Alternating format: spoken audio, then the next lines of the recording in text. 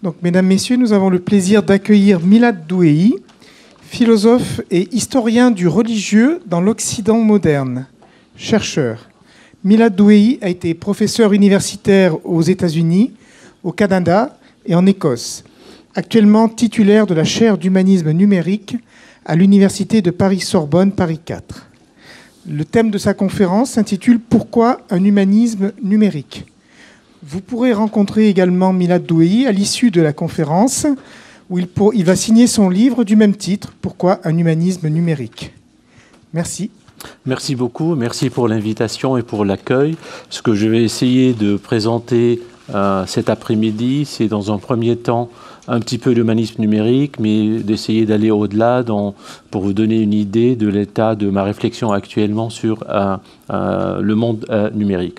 Alors tout d'abord, autour de cette notion, de ce concept d'humanisme numérique, qui à l'époque a pu paraître ou bien comme une contradiction, pour certains c'était un néoplasme, même une provocation pour d'autres, je vais essayer de lui donner un contexte historique un peu large, et j'espère que vous allez être un peu tolérant avec un regard qui prend un peu de recul et qui fait peut-être un peu trop d'histoire avec quelque chose qui est très très proche de nous. Alors tout d'abord, la notion d'humanisme numérique, elle a deux raisons quant à moi. La première, c'est que quand j'avais commencé à travailler sur ce sujet, je me suis rendu compte qu'il y avait beaucoup de travaux tout à fait remarquables de chercheurs qui insistaient surtout et beaucoup sur la dimension des effets du numérique et la manière dont le numérique a modifié notre rapport avec le temps et la temporalité. Alors vous connaissez tous ce discours, vous êtes très familier avec ces analyses qui parlent de l'accélération, de la rapidité, de la vitesse, ou bien des effets parfois problématiques, souvent assez difficiles à saisir dans toutes leurs dimensions et qui étaient liés à l'immédiat, au flux. Il m'a semblé que bien que c'est absolument le cas, en tout cas depuis le 19e siècle et toutes les mutations à la fois industrielles qui ont modifié le rapport avec le temps, qu'on avait en tout cas à l'époque oublié ou en tout cas ignoré en partie la manière dont le numérique a modifié notre rapport avec l'espace et la spatialité. Et il m'a semblé tout à fait important d'essayer de réfléchir sur cette dimension-là. Et du coup, la première constatation qui était mon premier point de départ, c'est que l'humain est architecte par définition. Du fait de la présence du corps dans l'espace, on le modifie. Et ce rapport avec la spatialité est tout à fait déterminant. Je vais donner un exemple en utilisant un très beau texte de Marcel Mauss qui nous permet de saisir à la fois la dimension spatiale et surtout dans ses liens avec la culture numérique et en même temps pour voir quels sont les liens qui peuvent exister entre ce rapport avec l'espace et la technique et surtout dans mon cas le numérique. Je vais vous résumer assez vite un très bel article de Marcel Mauss qui est paru dans la revue de sociologie dans les années 30 et qui raconte l'histoire suivante. Marcel Mauss, lors de sa première visite à New York aux États-Unis, est tombé malade, il va à l'hôpital et de son lit de malade, il observait les infirmières new-yorkaises se promener dans les couloirs pour travailler. Il était frappé tout de suite par le fait qu'il reconnaissait la manière dont elles portaient leur corps dans l'espace et il s'est dit dans un premier moment de réflexion, elles marchent comme les Parisiennes. Puis il s'est dit, 2 secondes plus tard, c'est pas possible, elles n'ont jamais été à Paris. Alors du coup, comment se fait-il que j'arrive à reconnaître, ça m'est tellement familier. Après, il a fait un premier saut qui commence à être plus intéressant, et il dit peut-être que c'est les Parisiennes qui marchent comme les Françaises. Et pour essayer de donner une explication à cette dimension-là, il dit c'est peut-être avec le cinéma américain et le passage de films sur les écrans en France qu'il a eu une modification insoupçonnée de la manière dont on porte son corps. Et de là, il fait une première hypothèse qui pour moi est tout à fait essentielle, en tout cas, elle m'a beaucoup aidé dans ma réflexion, en postulant qu'il existe peut-être un lien entre la technique et le statut du corps dans une civilisation.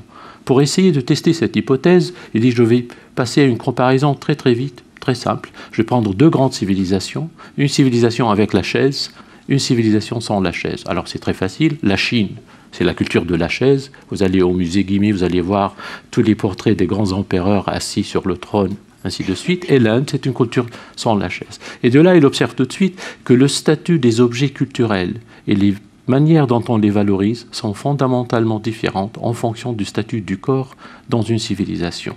Et moi, mon hypothèse de départ dans cette première aspect de l'humanisme numérique, c'était de dire que la culture numérique a commencé comme une culture assise.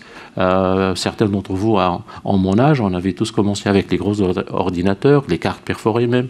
Pour certains d'entre nous, on était obligés d'être assis sur une chaise. Aujourd'hui, elle est au moins hybride, mais elle est surtout en voie de devenir presque exclusivement mobile. Et dans ce passage, il y a une mutation et surtout un certain retour de tous les éléments du corps qui, à mon sens, sont en train de modifier la manière dont on comprend, saisit et habite l'espace numérique. Effectivement, on peut décliner tous les aspects. Ça a commencé avec la voix, avec à la fois le podcasting, puis après avec la reconnaissance vocale, ça s'est revenu avec le tactile, et ainsi de suite. Et aujourd'hui, on a beaucoup d'autres éléments avec les soi-disant tissus, objets intelligents, et ainsi de suite. On voit tout de suite que dans ce déplacement, il y a quelque chose d'essentiel qui s'est mis en place et qui modifie d'une manière assez forte notre rapport avec le numérique. Alors, c'était la première dimension. La deuxième, c'était, j'ai essayé de regarder un petit peu certains des philosophes ou des historiens qui ont réfléchi sur le rôle joué par les techniques au-delà de l'imprimerie. Ce qui est très important, si on a le temps, on va y revenir, et voir comment la technique a marqué à un certain moment les évolutions et les mutations dans les sociétés occidentales. Je vais prendre deux exemples qui sont extrêmement différents. Alors effectivement, le premier exemple, il est français, extrêmement connu, c'était peut-être le penseur le plus anti-humaniste du XXe siècle, c'est pas péjoratif, c'est juste un constat technique, c'est Claude Lévi-Strauss, le père du structuralisme et de la mythologie et de sciences de la pensée sauvage. Alors il est assez frappant de regarder dans l'œuvre de Lévi-Strauss, depuis 1951 jusqu'à la fin de sa carrière, même les inédits qui étaient publiés il y a 1 an et demi aux éditions du Seuil, une réflexion constante qui dit la chose suivante. Il existe, selon Lévi-Strauss, 3 moments déterminants dans l'évolution de l'Occident qu'il appelle 3 humanismes. Le premier, celui qu'on connaît tous par cœur, c'est celui de la Renaissance, qu'il qualifie d'aristocratique. On va y revenir sur cette désignation.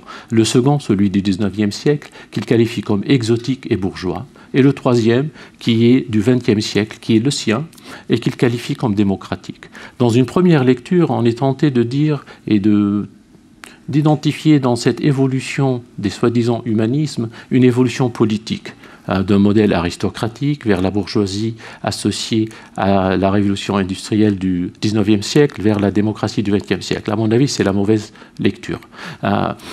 Parce que, je vais essayer de détailler un petit peu, ça va être en lien avec ce que Françoise nous a dit, il me semble qu'il y a autre chose qui se joue dans ces 3 dénominations. Pour donner une première illustration, si on regarde l'humanisme de la Renaissance, je vais prendre un exemple qui est également peut-être le plus connu, c'est celui de Lorenzo Valla, un philologue de Florence, qui est connu pour une œuvre célèbre qui s'intitule « La donation de Constantin ». La donation de Constantin, c'était un document tenu par l'Église catholique et qui disait qu'il a existé un testament de l'empereur Constantin qui, avant son décès, l'avait rédigé pour transférer ses pouvoirs politiques et temporelle à l'Église. Et du coup, cela légitimait la cohabitation des 2 pouvoirs dans l'Église. Alors, Lorenzo Valla, qu'est-ce qu'il fait comme philologue qui maîtrisait parfaitement le grec? Il commence à lire le document, il découvre tout de suite que c'est un faux, qui a été rédigé quelques siècles après le décès de l'empereur, et du coup, cette légitimité saute. Ce qui m'intéresse, quant à moi, c'est non pas seulement cette mutation dans le rapport avec l'Église, mais plutôt c'est dans la transformation de la légitimité du document lui-même. Avant Lorenzo Valla et la Renaissance soi-disant aristocratique, la légitimité du document était associée à la genèse et la généalogie de sa transmission. Alors qu'après la naissance de la méthode critique, c'est l'énoncé de sa vérité qui constitue en grande partie sa légitimité. Si on regarde le XIXe siècle, c'est avec la découverte des sociétés lointaines, surtout la Chine et l'Inde, qui a obligé l'Occident à se raconter son histoire autrement, parce qu'on était obligé de se comparer à des civilisations qui ont leur propre histoire, avec une autre chronologie, qui nous a obligés de modifier comment on s'est raconté à nous-mêmes notre première histoire. Et ainsi, on trouve au XIXe siècle la naissance de la méthode comparative et la construction des comparables. Et du coup, le document lui-même, dans sa nature, est également transformé. Si on regarde le 3e humanisme, qui est celui de Lévi-Strauss, qui est démocratique, non pas à cause de sa dimension politique, mais plutôt parce qu'il va prendre en compte ce qui a été oublié, refoulé par les 2 premiers, c'est-à-dire l'oralité et le mythe. ce qui n'était pas écrit, ce qu'on a appelé, si on reprend l'expression de Jack Goody qui a été citée ce matin, la domestication de la pensée sauvage. C'est l'oral qui vient pour donner une complémentarité qui était absente et manquante dans les deux premiers humanistes. Et du coup, on voit dans les trois cas des modulations et des mutations sur le statut du document et la manière dont il peut circuler dans nos sociétés et surtout comment il est devenu dans chaque cas, un vecteur de valorisation. Il me semble qu'aujourd'hui, on peut parler d'un quatrième humanisme qui serait celui du numérique, pour deux raisons. La première, c'est parce que tout d'abord, le numérique nous oblige en partie à numériser notre patrimoine, qu'il soit écrit ou autre. On y en voit de le voir partout, que ce soit dans les musées ou bien dans les bibliothèques. Et en même temps, on voit émerger des documents d'une nature autre, différente, qui sont numérique nativement. Et c'est cette modification qui, à mon sens, peut légitimer cette articulation. Le second exemple que je vais utiliser, qui va nous permettre de toucher à d'autres aspects de cette dimension de l'humanisme, c'est un très beau texte de philosophe allemand, Husserl, et c'est une conférence célèbre, si on est dans la phénoménologie, qui s'intitule « La crise des humanités européennes », qui a été prononcée à Vienne en 1935, et qui essaie également de trouver les moments déterminant dans l'évolution de l'Occident selon trois humanismes. Le premier, selon le philosophe allemand, c'est effectivement la naissance de la rationalité philosophique dans le monde grec. Le second, c'est le XVIIIe siècle, le siècle des Lumières, et pour lui, c'est la période catastrophique, parce qu'elle va aboutir à une cohabitation au début relativement harmonieuse, mais après qui va devenir de plus en plus difficile, entre d'une part une raison qui est associée à l'acte d'interpréter et de lire dans le sens noble du terme, et d'autre part la naissance de la méthode scientifique, qui va introduire des critères de mesurabilité et de précision qui échappent aux sciences de l'esprit. Et le XXe siècle, qui est le moment où ces deux sont en négociation, et surtout dans leur divergence. Il me semble aujourd'hui que le numérique réunit ces deux. On est en train à la fois de vivre une ère de mesurabilité généralisée, qui est associée à la fois à la donnée, à la trace, on va y revenir dans quelques instants, et en même temps une certaine forme de modification des critères de pertinence qui émergent de plus en plus de l'ordre du calcul et de la calculabilité, et qui mettent en difficulté parfois la manière de travailler, de penser et de réfléchir qui sont propres aux sciences humaines et sociales. Et dans ce cas-là, il nous faut, à mon sens, revenir tout d'abord vers l'histoire de l'informatique avant qu'elle ne soit numérique aujourd'hui, pour essayer de trouver certains des éléments qui vont nous permettre d'interroger, de questionner cette dimension humaniste. Je vais prendre trois exemples assez vite parce qu'on n'a pas beaucoup de temps. On pourrait appeler, puisque j'étais dans les pères de l'Église pendant une première période de ma vie, la trinité informatique. Alors les trois, c'est Alan Turing, Norbert Wiener et John von Neumann. Je vais être très très vite parce qu'on n'a pas beaucoup de temps. Alors Turing, effectivement, vous avez vu sans doute le film qui vient de sortir il y a 2 ou 3 semaines, The Imitation Game.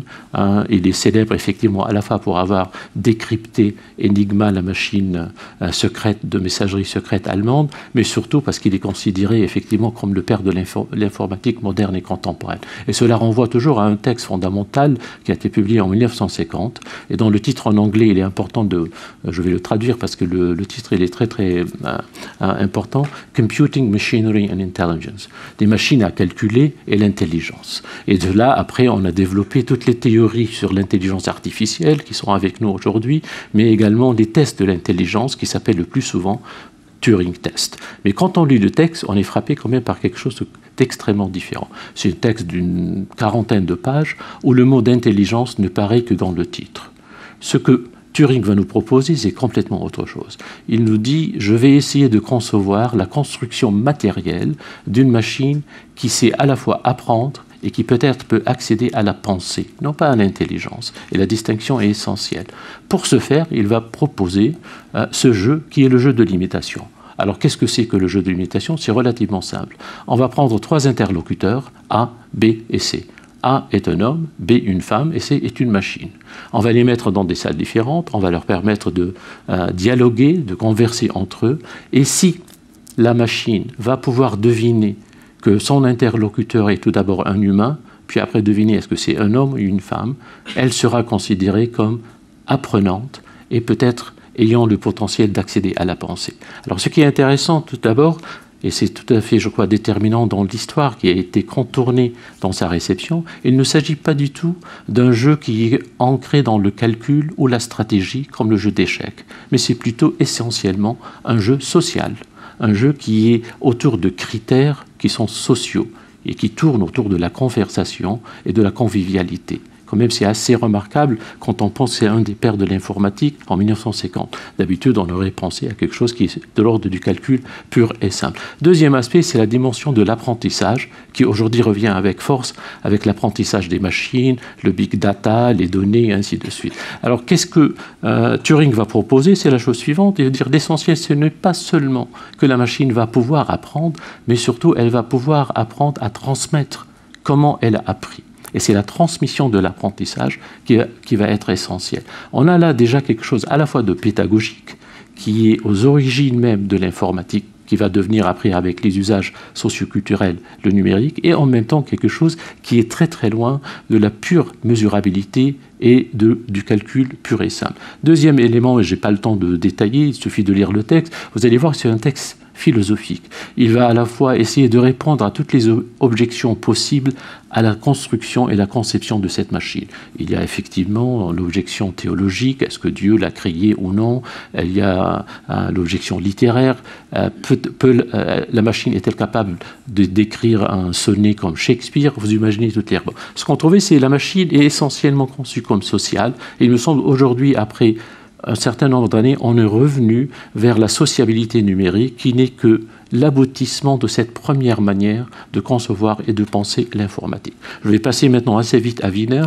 Alors Wiener, c'est le père de la cybernétique, c'était un grand mathématicien, un enfant prodige. Je vous rappelle, c'est juste l'anecdote qui est quand même assez intéressante. La première édition de la cybernétique en américain était publiée en français à Paris. Pour des raisons historiques, si ça vous intéresse, on va y revenir. Je vais retenir deux choses de chez Wiener. La première, il a été le premier à concevoir l'idée déjà en 1948 qu'avec la théorie de l'information, qui est la fondation de l'informatique, il faut modifier notre notion de propriété et de propriété intellectuelle. Il a écrit un très beau livre sur ce sujet et ce livre a été négligé pendant un certain temps. Maintenant, il revient au cœur des débats autour, que ce soit de droit d'auteur, mais au-delà de là, sur ce que c'est qu'une propriété à l'ère de l'informatique et de l'information. Le second aspect, et que Wiener a beaucoup travaillé, je vais le citer parce que c'est une belle phrase, et il dit « Vivre, c'est vivre avec une information adéquate ». Et je crois que la question qui se pose aujourd'hui, c'est qu'est-ce qui constitue une information adéquate pour pouvoir vivre à la fois dans le contexte et l'écosystème social qui est en grande partie porté, habité, que ce soit par les effets numériques, qu'ils soient positifs ou négatifs, peu importe, et surtout quelle est cette notion d'adéquation qui va pouvoir correspondre à la manière de bien vivre et du savoir-vivre. Et de là, on peut effectivement développer beaucoup d'éléments. Le troisième, pour aller vite, parce qu'on n'a pas beaucoup de temps, c'est John von Neumann, qui était également un des grands mathématiciens du XXe siècle, qui a écrit un livre fondamental, central, qui s'intitule « Le cerveau et l'ordinateur ». Il était le premier à essayer de modeler, mais d'une manière très très nuancée, très subtile, c'est pas du tout dans la facilité de la comparaison, la construction de la machine informatique modelée sur le cerveau. Alors il va détailler à l'époque de ce qu'il maîtrisait de la biologie et des sciences du vivant, mais ce qui m'intéresse surtout, la dernière page de son essai et sa conclusion. Et il va nous dire la chose suivante, qu'on a depuis Leibniz accepté le fait que les mathématiques sont la langue universelle. Mais quand on passe en informatique et au calcul, il faut faire attention à une chose. Si on va arriver à travers ce calcul avec la machine à reproduire des résultats qui peuvent être ceux de la pensée humaine, il ne faut pas non plus se laisser croire que la machine pense comme l'humain. Il y a une différence très très importante entre les deux et il faut toujours garder à l'esprit cette distinction. Je crois que c'est tout à fait essentiel quand on pense aujourd'hui sur en train de se développer, je vais essayer d'y revenir à la fin de mon intervention, dans la diversité et souvent la richesse des discours transhumanistes, posthumanistes, cyberhumanistes. Alors voilà, c'est une première raison pour laquelle il m'a semblé un regard à la fois historique, philosophique, si vous voulez, d'un certain point de vue, est essentiel pour saisir certains des éléments qui ont donné lieu à ce qu'on a aujourd'hui, mais en même temps pour retrouver certaines des problématiques qui sont les nôtres et qui sont extrêmement actuelles. Deuxième aspect que j'ai évoqué assez vite et qui m'intéresse beaucoup dans l'état actuel, si j'ose dire, de l'environnement numérique, c'est le statut de transformation, de mutation qu'on est en train de vivre, je dirais, depuis 3 ou 4 ans. Pour résumer, je veux l'exprimer de la façon suivante. Pendant assez longtemps, on a vécu selon un modèle qui est celui de l'index. Il y avait des moteurs de recherche, il y a un seul qui domine, mais peu importe. Et notre accès était en grande partie façonné par le modèle de la recherche indexicale. Et le modèle de l'index, il est intéressant, bien qu'il ait incorporé d'une manière assez faible, en gros, un élément de la sociabilité et du social, et un modèle qui est ancré sur l'adéquation. Vous faites une requête, on va vous donner une réponse. Aujourd'hui, on est en train de déplacer cette modalité de la recherche vers le paradigme de la recommandation. Et la recommandation, c'est complètement autre chose. Alors la recommandation, surtout, ce qui importe, ce n'est pas parce qu'elle est une modalité de la prévision ou de la prédiction ou de l'aide à la décision même, mais plutôt comment elle est construite dans le contexte du numérique qui est important. Alors comment construit-on la recommandation aujourd'hui? Il y a plusieurs éléments. Je vais prendre les deux le plus importants. Il y a celle qui est basée sur la modalité du voisinage sémantique. Vous allez chercher un terme, on va trouver ceux qui lui sont assez proches en essayant d'établir une distance autant que possible large entre les deux pour un petit peu enrichir les résultats. Mais l'autre aspect qui est important, c'est la construction sociale de la recommandation. Par construction sociale, je veux dire qu'on va prendre en compte non pas nécessairement l'adéquation entre la réponse et votre requête, mais plutôt la fréquentation de votre réseau social et la manière dont votre réseau social a visité des sites, des lieux, consulté des pages, et ces pages-là qui vous seront recommandées. Je crois qu'il y a un déplacement du contexte de la pertinence et du sens lui-même par les effets de la construction actuelle de la recommandation. Alors effectivement, on va pousser l'analyse jusqu'à aller au point de dire qu'on est en train de vivre, c'est quelque chose qui a été évoqué par Françoise, à mon avis, et c'est très très essentiel, d'un modèle qui était celui de la prévision vers celui de la prescription implicite. Ce qui importe, ce sont les critères et les constructions qui sont derrière. Alors, comment construit-on ce modèle? Il y a plusieurs éléments, effectivement, mais c'est surtout dans le continuum qui va réunir ce qui était séparé pendant très très longtemps entre d'un côté les données personnelles et d'autre côté les traces. Les données personnelles, c'est quelque chose qui vous identifie de manière relativement souple, et les traces, c'est votre historique sur le réseau. Alors, je vous donne l'exemple le plus banal. Si vous allez sortir faire vos achats un après-midi et vous payez tout en espèces, on ne sait pas du tout si vous êtes passé chez un boulanger, chez un boucher ou acheter des fruits ou des légumes quelque part. Mais dans l'environnement du numérique, votre donnée personnelle est toujours associée à toutes vos visites. Et c'est cette continuité qui peut susciter des interrogations et nous inviter à questionner la manière dont on va gérer cette traçabilité qui est devenue aujourd'hui inévitable. Il me semble là il y a un enjeu à la fois politique, économique énorme, mais au-delà de là même éthique. On pourra y revenir si vous voulez, parce que c'est une nouvelle construction à la fois de la confiance qui a des incidences économiques comme sociales, et en même temps qui suscitent des questions assez importantes du point de vue éthique. Second aspect, pour rester dans cette modalité de l'index et du visage, je vais citer une très belle phrase de Georg Simmel, le sociologue allemand, qui a créé un très beau livre au début du XXe siècle, qui s'intitule « La vie de l'esprit dans les grandes villes ».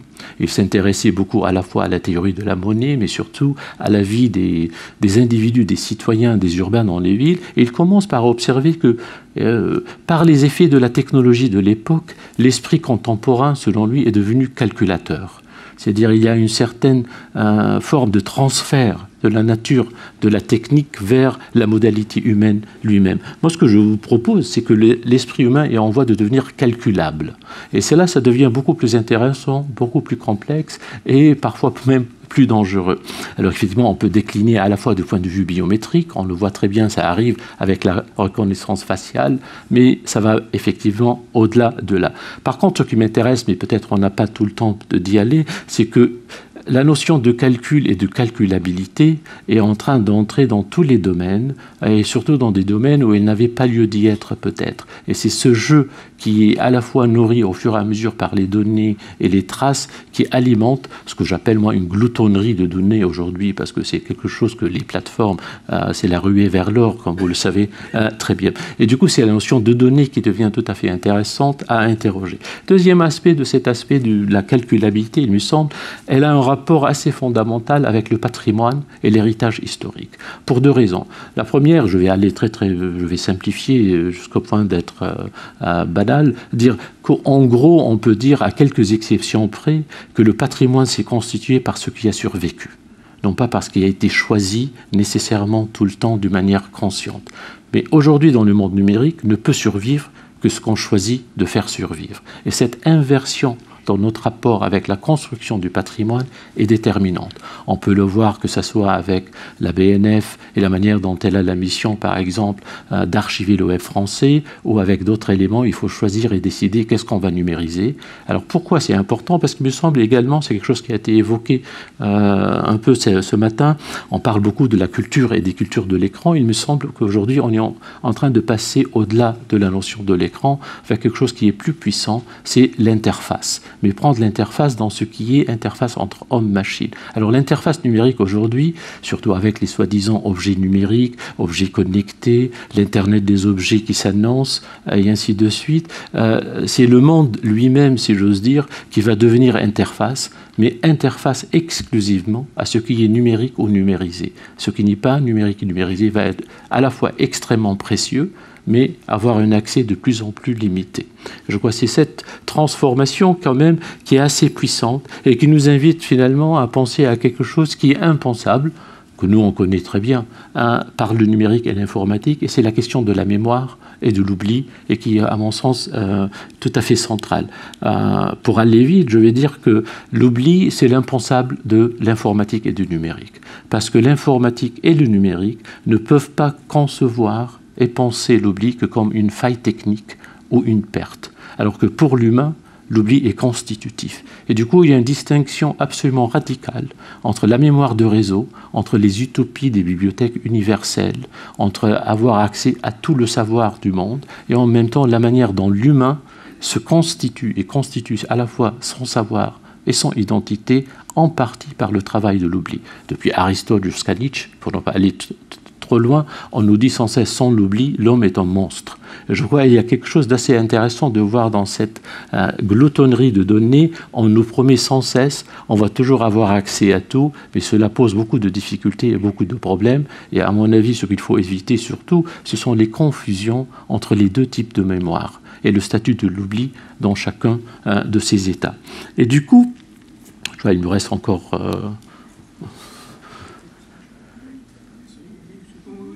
Ça va, d'accord, très bien. Et du coup, je crois, dans cette dimension de la constitution du patrimoine, on voit déjà l'émergence d'une distinction qui se met en place, qui va reproduire et retrouver, qu'on voit avec le livre, avec tout ce qu'on a hérité, que ce soit du monde lettré, ou que ce soit dans la construction de la sociabilité. Peut-être pour essayer de terminer, il me semble aujourd'hui un des premiers enjeux, c'est d'essayer de distinguer entre trois catégories qui semblent maintenant devenir assez populaires dans à la fois la presse et les discussions autour du numérique et de ses effets. La première, c'est la raison computationnelle. Alors la raison computationnelle a été articulée pour la première fois aux États-Unis par une grande informaticienne, Janet Wick, qui dit la chose suivante. La raison computationnelle, c'est la manière dont on peut formuler une question pour que l'ordinateur puisse nous donner une réponse à cette question. Alors on voit très bien qu'on est dans un ordre qui est à la fois assez restreint, qui est à la fois de l'ordre du calcul des mathématiques, mais surtout à l'ordre qui est complètement approprié à la nature de la calculabilité informatique elle-même. À côté de la raison computationnelle, il y a ce qu'on peut appeler la pensée algorithmique. Alors c'est complètement autre chose, parce que l'algorithme, c'est quelque chose qui procède par validation provisoire et qui va construire des unités de pertinence au fur et à mesure de la progression de ces validités. Et l'algorithme est puissant parce qu'il a besoin d'énormément de données. Quand Françoise l'a dit, ce qui est important dans Google Books, Google Livres, c'était pas vendre les bouquins, mais c'est améliorer l'algorithme. Ils avaient besoin d'un corpus aussi large, aussi possible, pour rendre le Argolier plus puissant. Non pas seulement pour le moteur de la recherche, mais surtout pour la traduction automatique en même temps. Je crois que c'est les deux qui se nourrissent du même corpus. Et là, c'est un enjeu assez puissant. Parce qu'à la fin, ça va modifier la manière dont on communique et dont on va échanger. Et troisième aspect, on parle souvent, mais c'est surtout en France dont on parle de cette façon, en essayant d'introduire certaines des réflexions de Michel Foucault sur le monde numérique, ce qu'on appelle la gouvernance algorithmique. C'est-à-dire qu'aujourd'hui, en partie, à travers le biais de la recommandation, ce sont les algorithmes qui façonnent l'humain, qui à la fois nous donnent un accès, nous donnent une voie spécifique, appauvrissent certains choix, enrichissent d'autres. Et là, il faut effectivement interroger les préjugés, les idées reçues qui sont introduites et qui font fonctionner ces algorithmes. Il y a des éléments qui sont d'ordre culturel, il y a des éléments qui sont d'ordre politique et d'autres qui sont d'ordre économique, qui jouent un rôle tout à fait puissant dans la construction et le déploiement de ces algorithmes. Alors, c'est un autre aspect qui me semble qui nous incite à regarder vers la dimension de l'interface entre homme-machine. Alors effectivement, c'est une question très ancienne avec l'informatique. Si je reviens un instant à notre ami Norbert Wiener, il a fait un très beau livre en 1952 qui a gagné le prix de l'Académie des sciences, alors qu'il n'était pas un livre scientifique. Le titre en anglais, il est très beau, il est disponible gratuitement en ligne en PDF, God Golem Inc. Dieu Golem Incorporated. C'est un très beau livre et il utilise le modèle du golem que vous connaissez tous pour essayer de réfléchir, quelque chose qui est actuellement un grand débat autour du statut de l'intelligence artificielle. Est-ce que ça va être la dernière création de l'humain, c'est-à-dire la chute de l'humain et la perte de sa dominance sur la technique, ou bien est-ce que c'est l'effet ou les effets potentiels de l'intelligence artificielle sont exagérés? Ça reste à voir, à mon avis, on est trop tôt dans cette décision. Par contre, ce qui m'intéresse, c'est complètement autre chose, c'est d'essayer de penser cette relation potentielle et qu'on voit aujourd'hui les premiers éléments se mettre en place sous l'angle de l'autonomie et de ses rapports avec l'automatisation croissante. Comment penser l'autonomie à l'ère de l'automatisation croissante en informatique et numérique? Non pas avec le travail qu'on a connu de mécanique, si j'ose dire, depuis le 19e siècle, mais parce qu'il y a quelque chose d'autre. Et surtout, comment penser la notion d'autonomie vis-à-vis le statut de l'humain et surtout de ces êtres culturels, moi je les appelle comme ça, que ce soit des robots ou bien des algorithmes quand même qui sont vivants, qui s'adaptent, qui évoluent, qui apprennent. Et là, je crois qu'il y a quelque chose qu'on peut apprendre des dictionnaires. Moi, j'ai fait l'exercice extrêmement banal d'aller chercher la définition d'autonomie. Alors, je me suis rappelé mon grec ancien, autonomos, celui qui se donne ses propres lois.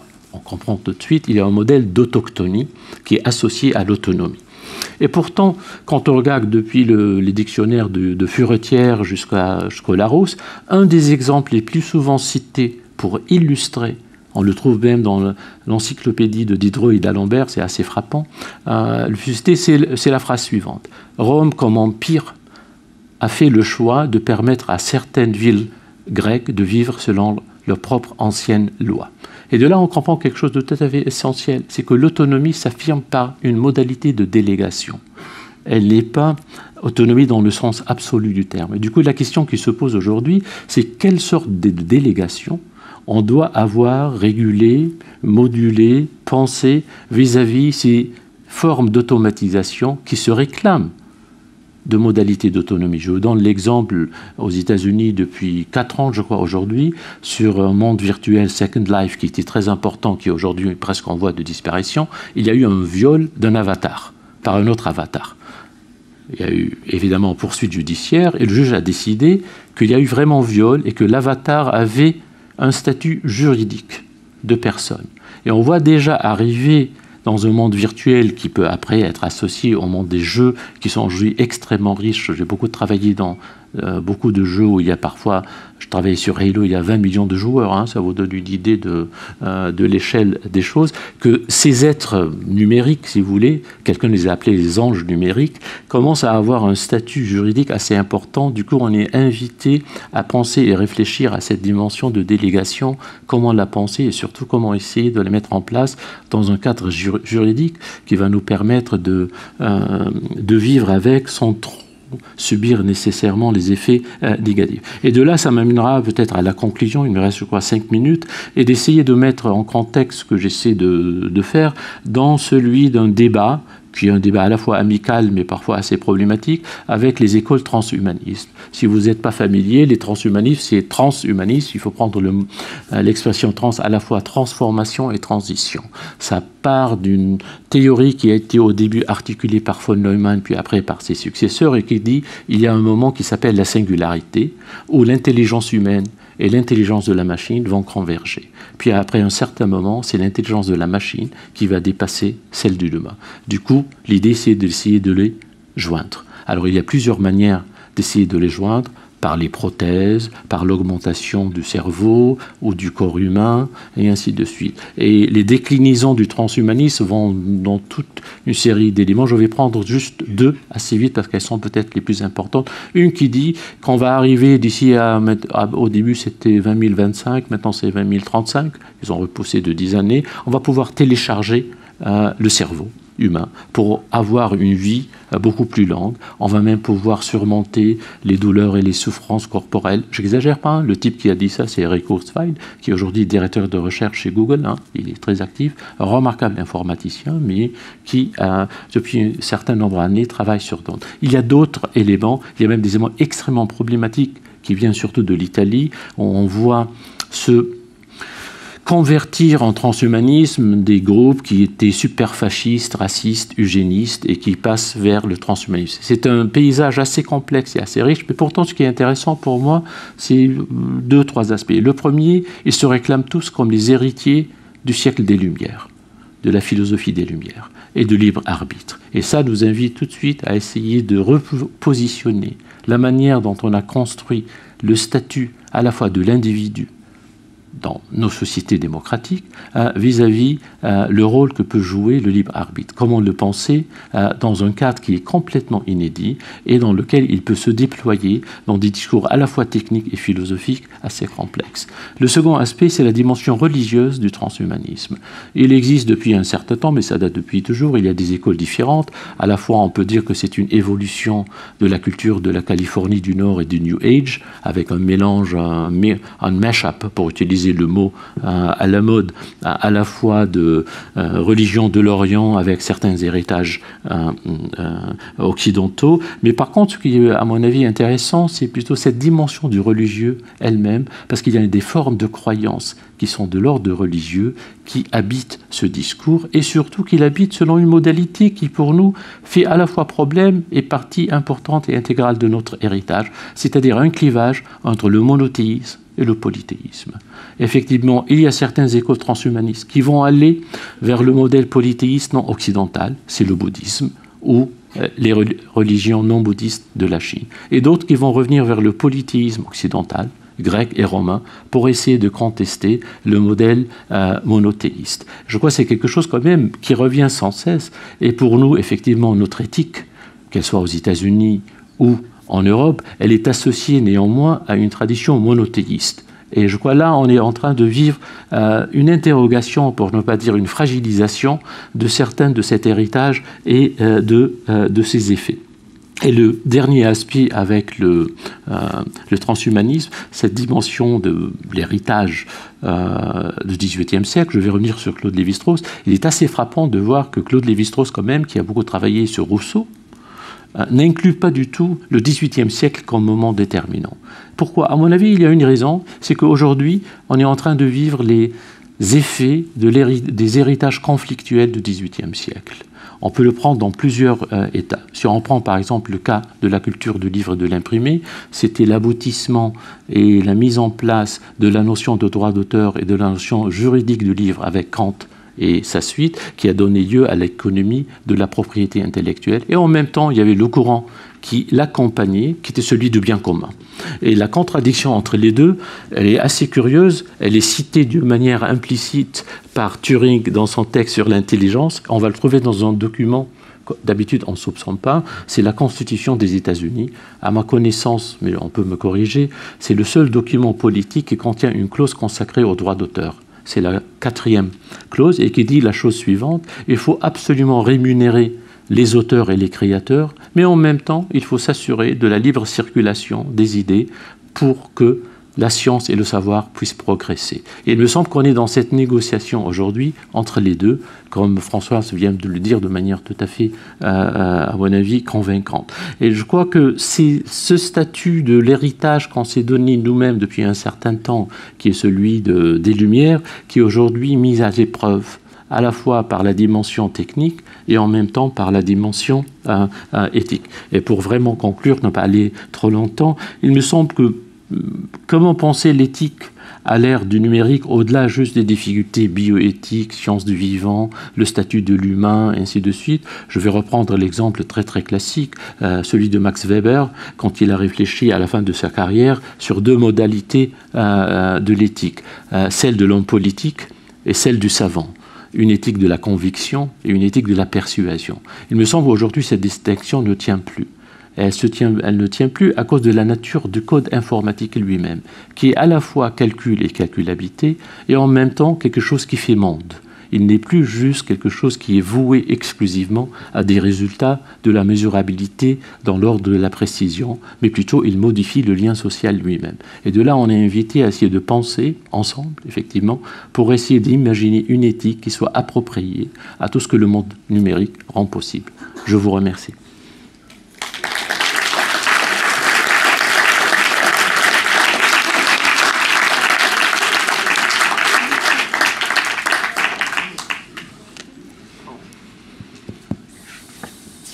Merci beaucoup, Milad Douei. Si des personnes souhaitent poser des questions, les micros circulent.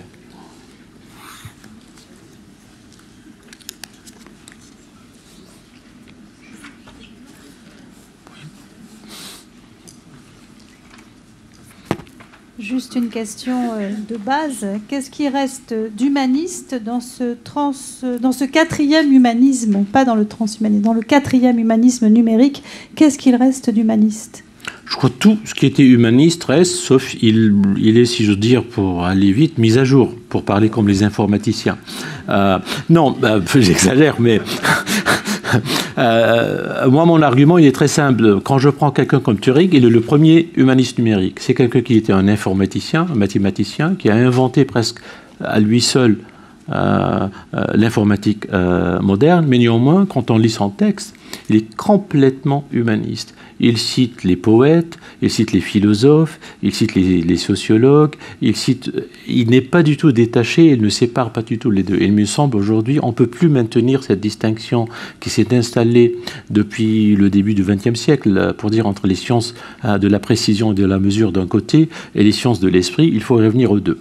Second élément qui est très important, les plus grands informaticiens du XXe siècle, quand on lit des prêts, je vais prendre l'exemple peut-être le plus parlant, Donald Knuth, K-N-U-T-H, je ne sais pas si vous connaissez, c'est un monsieur qui a fait 9 volumes d'algorithmes qui sont utilisés partout dans le monde, toutes les machines les utilisent, et qui est aussi l'inventeur pour les gens qui sont dans le libre et l'ouvert de Tech, qui est devenu la Tech, C-Tech et ainsi de suite, mais surtout qui est l'auteur d'un remarquable livre qui s'intitule en anglais Literate Programming, le codage lettré. Et son argument est très simple, que le code n'est pas exclusivement normatif, mais plutôt il est une pratique lettrée, qui inclut le commentaire, l'échange et une dimension exclusive, à peu près humaniste.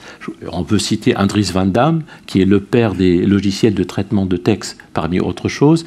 Quand il a rencontré Ted Nelson, le père du hyperlien, il a dit tout de suite, maintenant je comprends que ce que je suis en train de faire is a scholarly activity, une pratique lettrée et savante. Je crois que cette dissociation est tardive. À mon avis, elle est artificielle. Il faut désacraliser le code. Il faut l'ouvrir parce qu'il est accessible. Après, on peut choisir pour être programmeur ou non, peu importe. Mais il est lisible également. Et je crois que c'est tout à fait important. Et du coup, pour moi, c'est juste dans la continuité plutôt que dans la rupture absolue.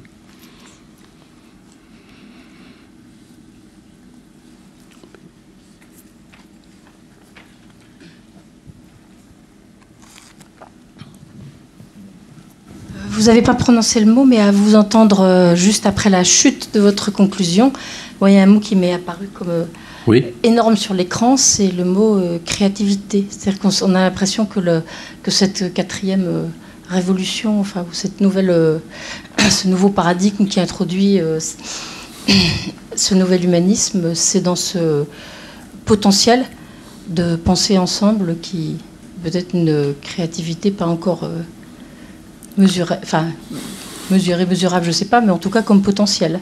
Oui, on est en train de le faire. En même temps, comme on le sait et puis comme on l'a vu, on est également soumis à certains aspects d'exploitation qui nous incitent à pouvoir ne pas seulement subir, mais résister. Si j'ose dire, que ce soit avec la question de la traçabilité. Il y a beaucoup d'effets, par exemple, qui sont imprévus et contradictoires de ces dimensions. Si je prends 2 minutes pour donner une illustration, c'est par exemple avec cette dimension de la recommandation, on a découvert à la fois des aspects très très limitants, contraignants, mais en même temps ça a permis le retour de plusieurs langues qui étaient complètement oubliées, le retour de local et ainsi de suite. Et cette contradiction est assez intéressante. Pourquoi ? Parce qu'à l'époque, quand on avait commencé, les données géolocalisées n'étaient pas du tout ni disponibles ni importantes. Aujourd'hui, elles sont devenues déterminantes. Il y a ce qu'on peut appeler quelque chose de voisinage généralisé. Quand vous cherchez quelque chose, on va localiser votre adresse IP, vous donner des résultats qui sont en fonction de votre localisation. C'est assez intéressant à voir que la géographie, quand elle est passée en géomatique, c'est assez problématique pour certains géographes, elle a permis à la fois une généralisation, mais en même temps une survalorisation de local qui était imprévue, parce qu'au début, on avait tous célébré la disparition des frontières, le village global, et du coup, aujourd'hui, on est revenu vers le local. Et je crois, et c'est là où il y a des points d'accès pour faire autre chose que juste dans l'homogénéité qu'on connaît tous. Les mouvements majoritaires du numérique n'entraînent-ils pas au contraire une désociabilisation de l'être ? Parce que lorsqu'on regarde l'utilisation majoritaire du numérique, on s'aperçoit que c'est de la prédictabilité de comportement, d'avoir, de consommation. Et nulle part ailleurs, on ne parle d'affectif, de sentiments, d'échange. D'ailleurs, quand on regarde un peu, enfin moi je nomme les mouvements tels que Facebook ou autres, des mouvements asociaux, parce qu'en fait, on surfe sur la superficialité des mots, des événements, des idées, sans travailler leur profondeur. Donc je pense qu'au contraire, ça désociabilise actuellement, alors que ça pourrait être tout à fait l'inverse, je suis d'accord. Moi, je ne suis pas sûr que je suis d'accord avec vous, que je crois que ça fait société autrement. Je crois que c'est ça ce qui est intéressant. Après, pour certains d'entre nous, on a un certain recul, on a d'autres expériences, et parfois on a de la difficulté à accepter certaines façons d'être. Moi, j'avais travaillé, par exemple, pour essayer de répondre d'une manière assez rapide et assez concrète, ce que vous dites. Pourquoi, par exemple, l'un des plus grands succès des réseaux sociaux s'est ancré sur l'amitié. Et on connaît tous les critiques, on dit vous ne pouvez pas avoir 2500 amis pour ne pas dire 2 millions, et ainsi de suite. Mais néanmoins, quand on regarde les discours classiques, j'ai pris 3 exemples, on ne peut pas plus, archaïques. Aristote, Cicéron et le chancelier Bacon, pour éviter Montaigne, parce que c'est le texte le plus canonique sur l'amitié. On regarde Aristote, qu'est-ce qu'il nous dit dans l'éthique à Nicomaque ? Il est essentiel de fonder le lien social sur l'amitié et non pas sur la généalogie, parce que la généalogie va amener vers la tyrannie. Alors du coup, il y a quelque chose d'assez intéressant. Et on voit peut-être que ce redéploiement de l'amitié, qui nous semble parfois assez superficiel, quand même, a à la fois un héritage assez lointain et qui peut être très intéressant. Deuxième exemple, je vais prendre le chancelier Bacon. On a toujours reproché aux jeunes, aux ados, ou même aux gens qui ont mon âge, d'avoir ces formes d'amitié qu'on peut confondre avec la vraie amitié, qui est intime, précieuse et rare. Et par contre, et surtout cette dimension de calcul, combien d'amis tu as, et ainsi de suite. Mais quand on regarde tous les discours classiques sur l'amitié, on voit que l'amitié a toujours été un calcul.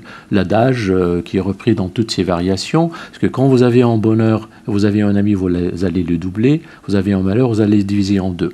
Sauf ce qui est changé, c'est on est passé d'un système qui est de la surabondance, alors que c'était un système qui était de la rareté. Je crois que c'est cette transition qui fait difficulté et qui posent et suscitent des interrogations qui sont absolument légitimes.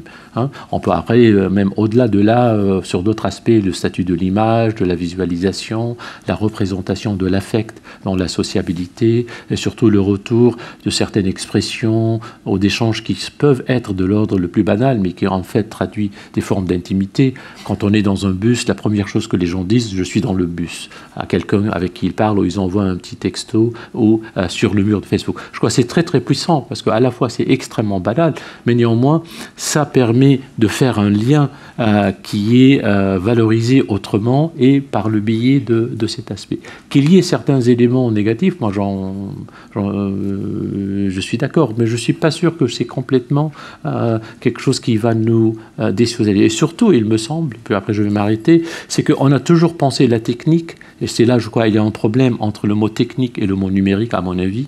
Il faut essayer de dissocier les deux, parce que la technique a un héritage métaphysique. Quand on va du côté heideggerien, ou bien du côté de quelqu'un aussi remarquable que Jacques Ellul, ou bien Gilbert Simondon, on est resté dans un héritage métaphysique. Par contre, il me semble que le numérique, c'est complètement autre chose. Ce n'est pas une technique comme les autres. Moi, je suis plus convaincu, c'est seulement une technique. Je crois que le vocabulaire aussi nous piège parfois.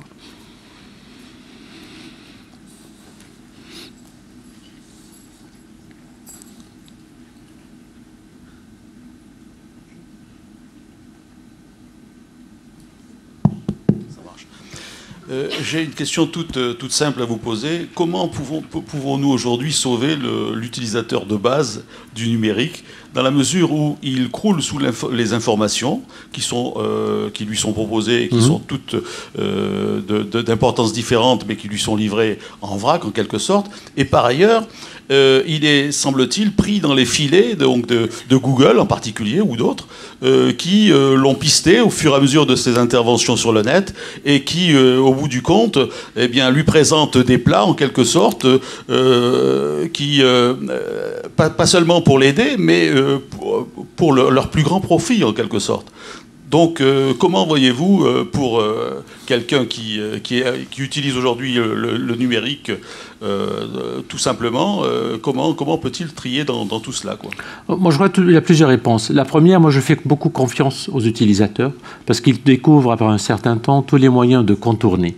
Il y a des formes de ruse, d'intelligence qui se mettent en place, qui s'apprennent, qui s'échangent et qui se sont transmises, qui leur permettent de vraiment, à la fois, bien juger les informations. Mais au-delà de là, je crois, c'est ça que j'ai essayé de lire peut-être un peu rapidement à la fin, il nous faut aussi élargir la manière dont on enseigne le numérique, non pas seulement comme technique, comme programmation, ou exclusivement comme des usages, parce que les deux sont indissociables.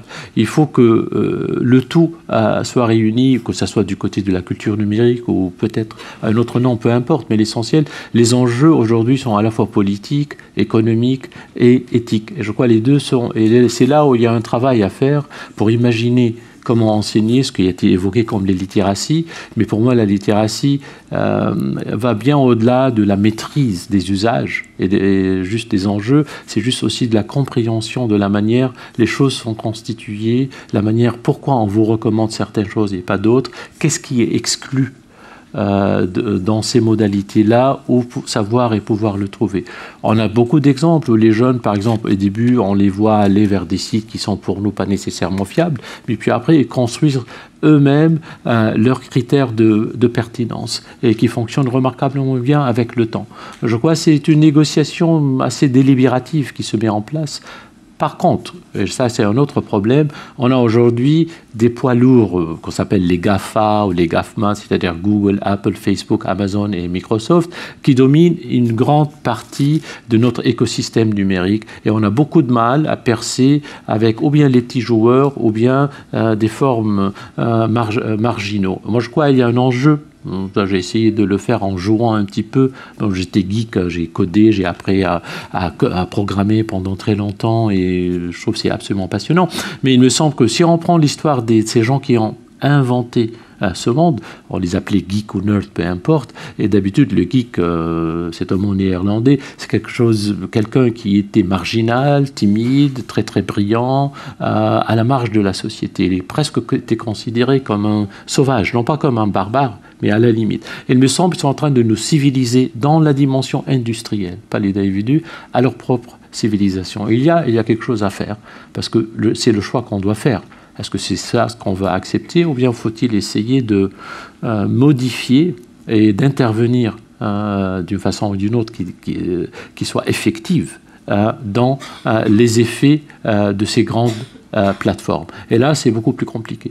Mais je crois que l'essentiel, c'est des formes de compétences qui doivent être transmises et d'expérimentation également. Mais en même temps, je crois que c'est la confiance aussi, que ce soit avec les jeunes ou d'autres utilisateurs.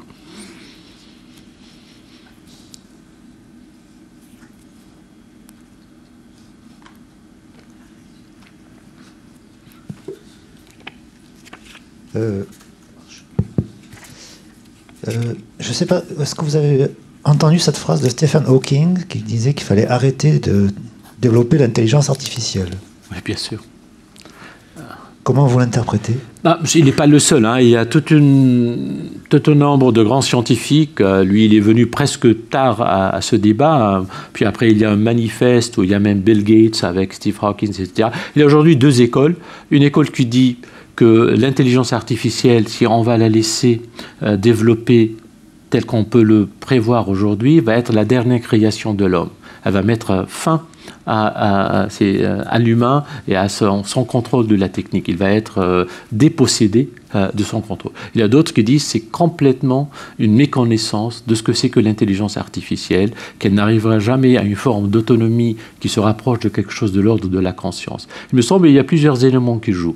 Le premier, ce n'est pas le cas de Hawking, loin de là, mais néanmoins, dans l'imaginaire, je crois que ça joue énormément. On a beaucoup subi la version de Hollywood de l'intelligence artificielle. Elle est très simple, mais très puissante, et elle sert très très bien à vendre des tickets de cinéma. C'est-à-dire, on crée une intelligence artificielle, elle devient relativement autonome, elle essaie de nous aider, elle nous trouve quand même assez problématique puisqu'on est humain, elle essaie de nous éduquer, ça ne fonctionne pas, à la fin la solution est de nous éliminer. C'est le scénario apocalyptique. À mon avis, c'est extrêmement exagéré, même dans la science-fiction on le trouve très très rare, mais je crois qu'il y a quelque chose de cette vision-là qu'on voit. Par contre, il y a des éléments qu'on voit déjà de l'intelligence artificielle, surtout des algorithmes.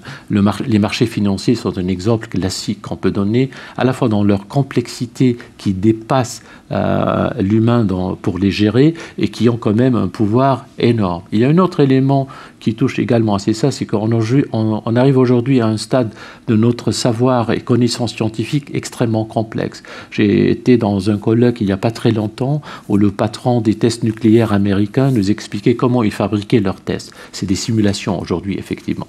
Alors ils ont les machines à calculer, ils ont les plus puissantes du monde, et d'habitude c'est entre une centaine et 125 jours, ça dépend de la simulation de calcul. Les résultats qui sortent sont illisibles pour l'humain. Ce qu'ils passent leur temps à faire au-delà de la conception des tests, c'est des manières de déchiffrer les résultats. Je crois qu'on arrive à des états de complexité qui nous invitent, que ce soit du côté de la visualisation ou autre chose, d'essayer de voir comment on gère ce qu'on produit nous-mêmes.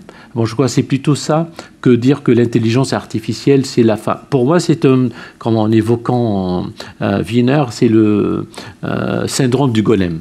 On est en train de vivre le récit biblique. Hein, la chute, la perte, l'accès au savoir, et ainsi de suite. Et c'est là où je suis allé très vite. On trouve les discours transhumanistes qui reviennent vers un monothéisme et d'autres qui vont se détacher de ça pour autoriser d'autres modalités qui peuvent expliquer une cohabitation avec les formes d'intelligence. Il y a aujourd'hui, après je vais m'arrêter, un débat tout à fait intéressant. Moi j'habite aux États-Unis où il y a une grande faculté de médecine dans mon université de l'autre côté, Johns Hopkins, qui était mon université.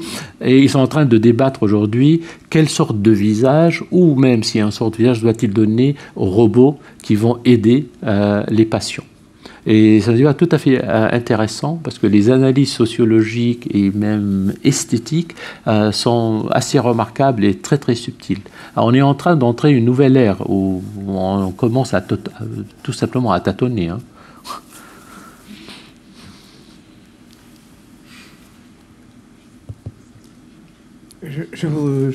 Justement, je voudrais m'adresser à l'ancien historien du religieux. En quoi vous avez évoqué le fait que le numérique portait une dimension religieuse. Est-ce que vous pourriez nous... Oui, parce que tout d'abord, il y a plusieurs éléments. Le premier, la religion, bon, j'exagère, a toujours été remarquable dans sa gestion de la médiation, que ce soit avec l'au-delà ou autre chose. Le numérique, c'est la médiation par excellence. Il y a des similarités assez fortes. Au-delà de là, je crois, le numérique porte en lui-même des formes de croyances qui sont de l'ordre religieux. On peut donner des illustrations, absolument. Il y a des théologies nerds, il y a des églises geeks qui ne sont pas juste des fabrications ludiques. Hein. Il y a des formes de croyances. Et ça, là, c'est là on voit aussi, ça émerge parfois dans les discussions et les débats autour de l'intelligence artificielle, dans des formes de ce que c'est que croire dans le potentiel et la possibilité, que ça soit du salut, que ça soit trouver des solutions à toutes les difficultés de l'humain. Ça rejoint quelque chose qui est assez ancien en informatique. Si vous relisez aujourd'hui et vous oubliez les préfaces et les introductions des spécialistes, le texte de Wiener, la cybernétique, les 4 dernières pages sont consacrées au débat entre Augustin et les manichéens. Pourquoi? Parce que lui, il a compris quelque chose d'assez intéressant. C'était autour de la notion de chance et hasard que la construction de la théorie de l'information a eu ses premiers succès. Et dans notre rapport, que ce soit du point de vue de libre arbitre ou de la constitution de ce que c'est, ce qui constitue le hasard ou la chance, hein, le random, comme ils disent en anglais, on va retrouver cette dimension dans le numérique qui est au cœur. Parce qu'à la fois, elle va avoir lien avec la notion de confiance, et ainsi de suite. Je crois qu'il y a beaucoup d'éléments qui ne sont pas très bien. Au-delà de là, on peut dire même autre chose. Dans la structuration de la production du code informatique, moi j'avais étudié par exemple le développement dans la communauté de libre et de l'ouvert. On trouve des modalités religieuses absolument classiques. C'est le modèle protestant des confessions. On commence par un contrat social, vous allez travailler sur telle ou telle distribution, vous êtes en désaccord avec le groupe de développeurs, vous allez bifurquer comme ils disent, fork, et vous allez modifier tout légèrement. C'est comme des confessions de foi qui se mettent en place. Il y a à la fois l'orthodoxie, mais surtout c'est les modèles hétérodoxes qui vont nourrir et développer au fur et à mesure. On peut retrouver toute une série d'aspects et d'éléments qui rapprochent le numérique, l'informatique également, avec le religieux.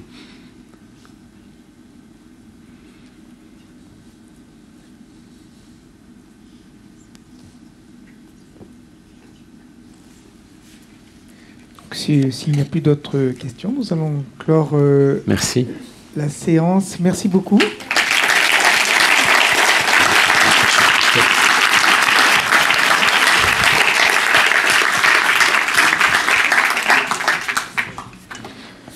Donc, je vous informe que dans un peu moins d'une demi-heure, nous allons procéder à la présentation du projet européen avec ses différents partenaires, qui sera suivi d'une table ronde à laquelle participeront les 4 conférenciers de la journée.